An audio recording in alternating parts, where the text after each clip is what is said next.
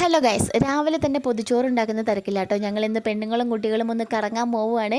പോകുന്നത് നമ്മുടെ കാഞ്ഞിരപ്പുഴ ഡാമിലേക്കാണ് കേട്ടോ. ഫുഡ് വീട്ടിൽ നിന്ന് തന്നെ എടുക്കാമെന്ന് വിചാരിച്ചു കേട്ടോ. അപ്പോൾ പൊതിച്ചോറ് തന്നെ ആയിക്കോട്ടെ.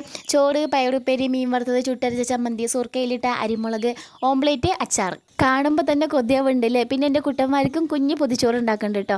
അവർക്ക് കുറച്ച് ഉപ്പേരിയും ഒരു കുഞ്ഞു ഓംപ്ലേറ്റുമാണ് വെച്ചിട്ടുള്ളത്. ഇത് കുഞ്ഞുവിൻ്റെ പൊതിച്ചോറാണേ. പിന്നെ തലേ ദിവസം മുളകിട്ട നല്ല അയിലക്കറി ഉണ്ട് കേട്ടോ.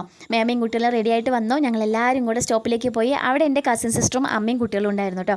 കുട്ടികളൊക്കെ ഫസ്റ്റ് സീറ്റിൽ തന്നെ സ്ഥലം ഞങ്ങൾ നേരെ വിട്ടു. കാഞ്ഞിരപ്പുഴ ഡാം. അധികം ആൾക്കാരൊന്നും ഉണ്ടായിരുന്നില്ല കേട്ടോ.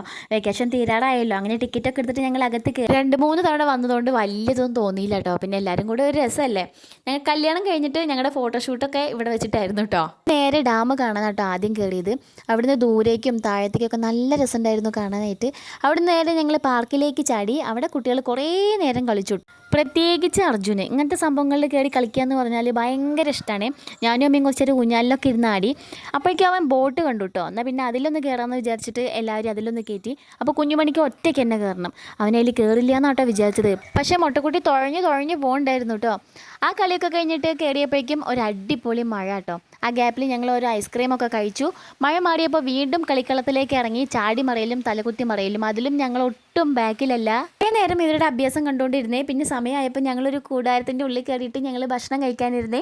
പൊതിച്ചോറാണ്. എല്ലാവരും പൊതിച്ചോറായിരുന്നു കേട്ടോ. കറികളൊക്കെ അങ്ങോട്ടും ഇങ്ങോട്ടും ഷെയർ ചെയ്ത് വർത്താനൊക്കെ പറഞ്ഞ് ഒരുമിച്ചിരുന്ന് ഭക്ഷണം കഴിച്ചു കേട്ടോ.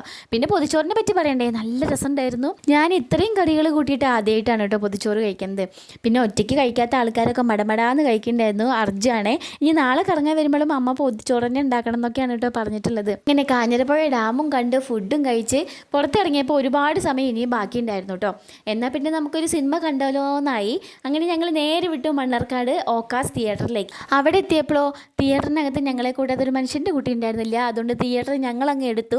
ദിലീപേട്ടൻ്റെ പ്രിൻസിനാട്ടോ ഞങ്ങൾ കയറി. ആളില്ലെങ്കിൽ എന്താ, കൊടുത്ത കാശ് മുതലായി കേട്ടോ. ഫാമിലി ആയിട്ട് ഇരുന്ന് കാണാനും നല്ലൊരു കോമഡി മൂവിയായിരുന്നു. അകത്തിരുന്നപ്പോൾ പുറത്ത് നടന്നോ ഒന്നും അറിഞ്ഞില്ലേ. ഒടുക്കത്തെ മഴ. ഞങ്ങൾ അവിടെ നിന്ന് എല്ലാവരും കൂടെ ഒരു ഓട്ടോറിക്ഷയിൽ കുത്തിത്തിരക്കി സ്റ്റാൻഡിൽ വന്നു.